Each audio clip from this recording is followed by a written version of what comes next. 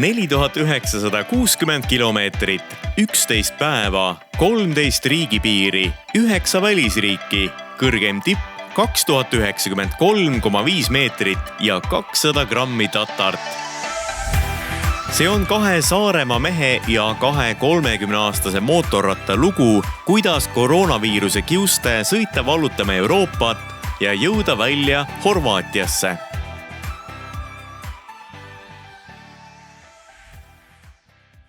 Oleme jõudmas Rijeka linna Horvaatias. Tegemist on meie reisi nii-öelda lõpp-punktiga ehk lõuna poole me siit rohkem enam ei liigu. Kui me hakkasime seda tsiklireisi planeerima, siis näpp saigi pandud just Rijeka peale. Reisisarja vaatajatele ütlen etteruttavalt ära, et Horvaatiaga meie sari kindlasti ei lõppe, sest tulemas on veel Sloveenia, rääkimata ülivingetest Alpimägedest Austrias. Rijeka on sadamalinn Horvaatia loode osas Aadria mere rannikul. See on riigi tähtsaim sadamalinn ning elanike arvult riigi 3. linn. Seal elab üle 100 000 inimese. Huvitav fakt on ka see, et Rijeka oli 2020. aastal Euroopa kultuuripealinn. Tulime siia mööda kiirteed ja tegelikult kiirtee peal nägime ka ilusaid vaateid ja meie, vanad head sõbrad ka möödunud aastast tunnelid olid jälle olemas, et kui me kõrvalteid pidi võib-olla oleksime mõnest mäest ka üle sõitnud, siis täna saime tunnelit ka ära proovida. Siin Rijeka linnas on praegu tohutult palav, temperatuuri ma jälle ei tea, aga tegelikult ma saan selle kohe välja uurida. Nii, vaatame, mida telefon näitab. Rijekas 26 kraadi ütleb, kuigi tundub selline, ma ütleks oluliselt kuidagi kuumem see asi siin. Võib-olla see on sellest ka, et me just saime tsikliriietest välja ja viskasime omale sellised suvised riided selga. Aga nüüd siis läheme linna peale kolistama ja Madis arvas, et äkki saame kusagil vette ka korra hüpata, et võiks ujumas ära käia. Ja mis siin linna peal siis näha on, nii palju juba sai kiivrikaamera pealt vaadata, kui me siit läbi vanalinna parklasse sõitsime. Nüüd peaksin parklas otsima kusagilt maksuautomaadi ka, sest ma siin kõrval auto peal näen, et on mingisugune silt juba akna kojamehe vahele pandud, et trahve ei tahaks kindlasti siin nüüd saada. No Madis, millised esimesed emotsioonid on siin Rijekast? No pole veel jõudnud ringi käia siin Rijekas, nii et lähme vaatame linna peale, siis ma juba oskan oma emotsioone jagada. Praegu, nagu sa ütlesid, on tõesti väga ilus soe ilm ja võiks ennast merre kasta küll korra. Parklast leidsime üles ka parkimiskontrolleri ja uurisime, kas me tohime osta ühe parkimispileti, kuna parkisime 2 mootorratast ühe koha peale. Tema ütles aga lahkelt, et tsiklimehed võivad Horvaatias parkida igal pool tasuta ja soovis meile mõnusat olemist. Otsime omale nüüd praegu ühte mõnusat söögikohta ja siis käime Saara riiete poes ka, sellepärast, et siin ei ole millegi pärast lõunamaal üldse ujumispükse kaasa võtnud ja kui me tahame vetsu minna, mitte vetsu minna, vaid ujuma minna, siis võiks ühed ujumispüksid ka meil kaasas olla. Kui sa Rijekas elaksid, siis sa töötaksid siin? Kohalik raadiojaam, jah?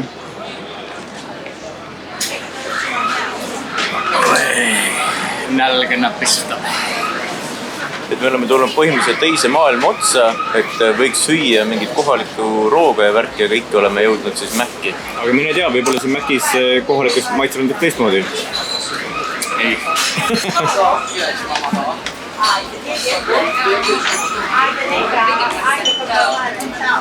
Sellepärast Mäkk ongi hea, et maitseb igal pool täpselt samamoodi. Sõime kõhud friikartulit ja hamburgerit täis ning läksime ka väikesele tiirule. Jalutasime sadamasse ning vastaskaldalt leidsime ühe piraka suure jahi.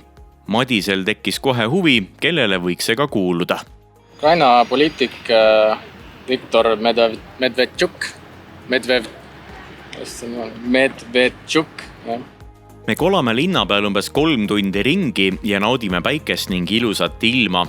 Kahjuks aga ühtegi ujumiskohta lähedal ei paista olevat ja nii jäävad minu äsja ostetud ujumispüksid kuivaks. Korduvalt on küsitud, kas me tõesti kusagil pikemalt ei peatugi ja oleme kogu aeg sõidus. Vaadake, meie reisi eesmärk ongi sõidus olla ja just selle mootorratta sõidu pärast me siia tulimegi. Sõita saab muidugi Saaremaal ka, aga siin on teised teed ja teine sumin. Ja nüüd siis alustame varsti oma tagasiteed kodu poole läbi Sloveenia, Austria, Tšehhi, Poola, Leedu, Läti ja Pärnu.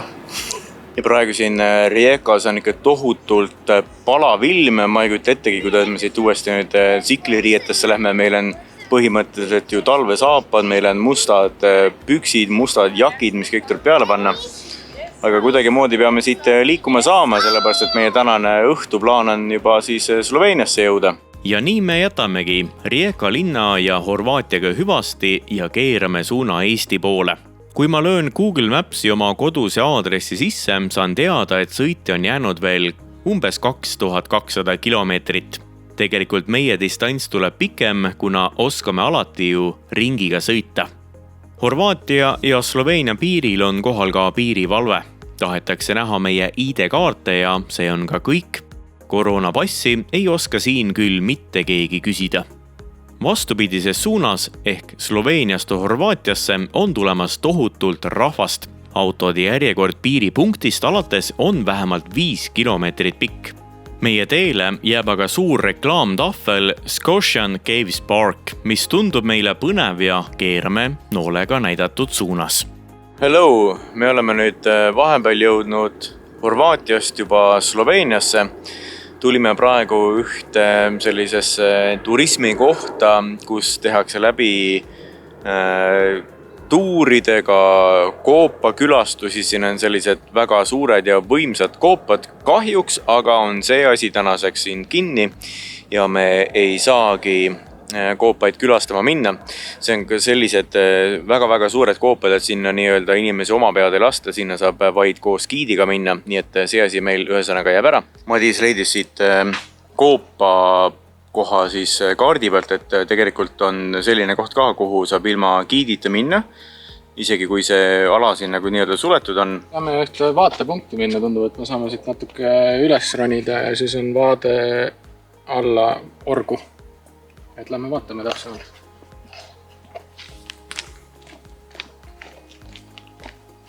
No sellist vaadet küll ei osanud. Mõtlesime, et võib-olla väike oruvaade on, aga no siin on ikka, ütleme, võib-olla isegi 70 meetrit läheb allapoole see.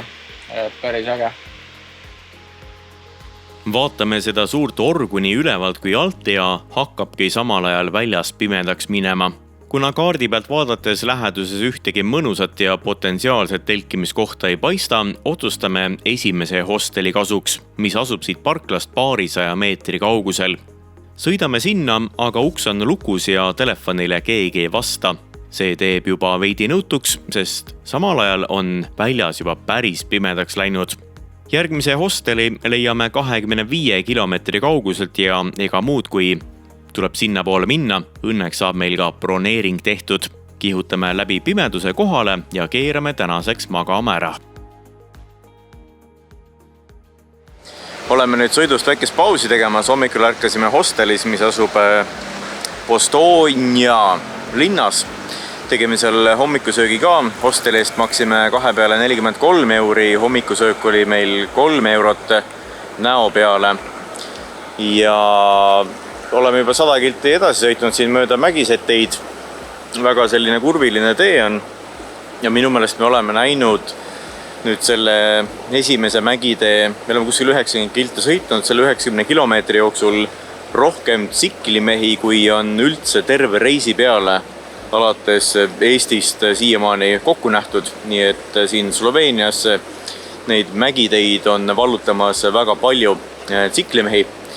Ja nüüd on plaan siis selline, et tõmbame siit veel umbes 100 kilti edasi, siis jõuame lennuväljale ja lähme lendama.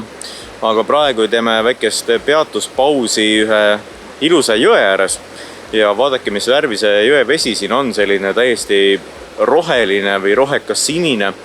Väga selge vesi on ka. Siin ühes parklas praegu kalamehed vaatasime, tegid seal mingit piknikku, et kas nad nüüd tulevad kala püüdma või lähevad ära, no täpselt ei teagi. Aga vesi on selge, vaatame, kas me näeme siin mõnda kala ka. Ja Madis on üldse siin rannas, ma vaatan, et magama jäänud või võtad sa päikest või mis asja sa teed siin, no ei tea täpselt. No ma ütleks niimoodi, et need mägiteed on kõige ägedamad teed, kus me üldse kunagi sõitnud oleme. et kindlasti Norras on ka sellised teid olemas, aga me päris selliste teede peale vist ei sattunud isegi, et nagu 100 kilomeetrit või 90 kilomeetrit järjest sellised kurv kurvi otsa ja et eks on niisugune väljakutsuv, et mootorratta teooria on see, et pead kurvis kallutama ja vaatama sinna, kus sa lähed. Aga siin on mõnikord niimoodi, et lihtsalt kalju on sul ees siin, siis sa pead kallutama sinna kalju poole, ega sa ei näe, kuhu see kurv läheb, et sa oled niimoodi nägu on meetri kaugusel kaljust ja siis lihtsalt kallutad ja vaatad otsa sinna kalju otsa, et kus see kurv nagu loodetavasti läheb. Päris suures osas oleme selle sama jõe kõrval siin sõitnud ka, et see annab ka juurde ja see taimede see roheline lopsakus, et see oli väga äge loodus, mäed ja vinge. Sloveenia mägedes teeme veel mõned fotod ja ega meil väga palju aega enam olegi, sest peame jõudma õigeks ajaks Leske lennuväljale, kus ootab meid ees Madise kolleeg ja läheme koos 4-kohalise Moosi riiuliga Sloveenia kohale lendama. Milline see Sloveenia sealt ülevalt poolt paistab, seda vaatame koos juba sarja järgmises osas.